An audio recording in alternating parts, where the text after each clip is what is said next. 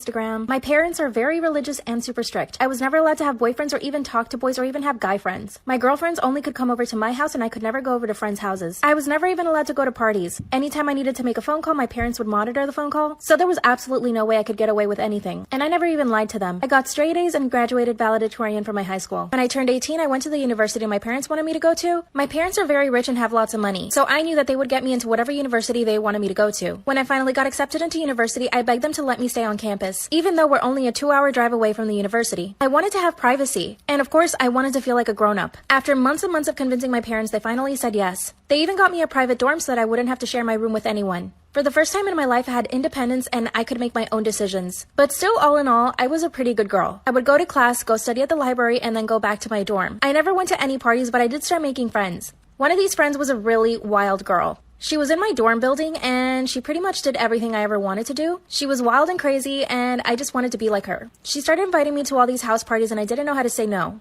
I went to one of them, and I met this really cool guy. At least I thought he was cool at the time. We spoke all night, and he tried to make me believe that he was this perfect little boy, and of course, I fell for it. After hanging out a few more times, we did the dirty, and then he ghosted me. This was the first time I had done anything like that, and I was really heartbroken. I was convinced that this guy was gonna marry me. That's how naive I was. After the last time I'd seen him, I realized that I hadn't gotten my period, and when I checked my calendar, it had been 2 months since I got my last period. Now you may ask why I didn't notice this before. Pretty much because I was studying all the time. I never really gave myself any breaks, and I was constantly reading books and doing homework. I basically lived in my books. When the realization of not having my period for 2 months came in, I was devastated and I knew that I was pregnant. I ran to the nearest drugstore and got a test. When I saw that it was positive, the first thing I did was call the boy. But like I said, he had ghosted me. But this time he did answer the phone because it had been a few months. I told him that the test was positive. He told me the baby wasn't his and then he hung up. Unfortunately for me, I had no idea where he lived. I decided to Google his name and apparently he didn't even go to the university that I was going to. He was just a friend of some guy that went there. Finally, Christmas break arrives. I was 4 weeks pregnant and I showed up to my parents' house. Part 2 is up.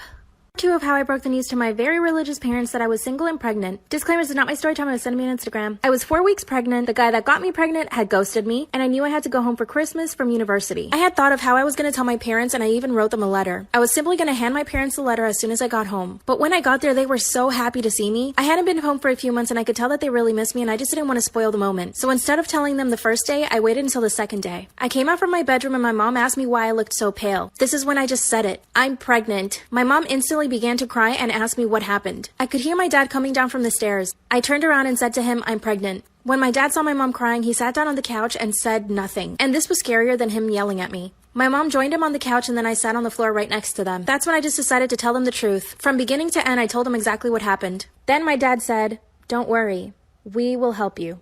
I could not believe it. And as soon as my dad said that, my mom stopped crying and said, yeah, he's right. We're your family and you don't need that guy. The only thing my dad asked from me was to stay in university. And I told him that there was no way I was going to let my education go to waste. I could tell my parents were really disappointed in me, but they didn't say anything. We had all our family coming over for Christmas dinner, and my dad announced it to everyone then. Instead of acting the way I thought he was going to act, he was almost happy. He wasn't angry, but he was disappointed, but he didn't hide it like a little dirty secret. My family congratulated me, and they were all very happy. But of course, they started